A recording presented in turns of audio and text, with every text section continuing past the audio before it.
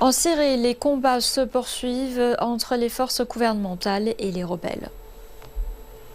Mardi, le ministère syrien de la Défense a fait savoir que des troupes supplémentaires avaient été déployées à Hama, dans le centre-ouest du pays. La ville est maintenant un champ de bataille critique après que le groupe Hayat Tahrir al-Sham, lié à Al-Qaïda, s'est emparé d'Alep la semaine dernière. L'Observatoire syrien des droits de l'homme a affirmé que les frappes aériennes russes et syriennes avaient ciblé des positions rebelles à Hama, dans le sud-est d'Alep et dans la zone désertique de la Badia.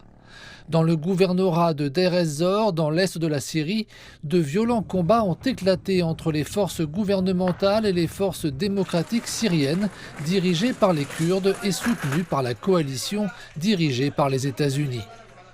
Dans cette région, des frappes aériennes menées par des avions américains ont tué 6 soldats de l'armée syrienne. À Alep, la situation humanitaire a atteint un point critique. Les services essentiels et les infrastructures se sont effondrés depuis que la province est tombée aux mains des forces rebelles vendredi. L'Observatoire syrien des droits de l'homme a également rapporté que plus de 600 personnes avaient été tuées, dont plus d'une centaine de civils. Les Nations Unies indiquent que près de 50 000 personnes ont été déplacées depuis le début des combats mercredi dernier.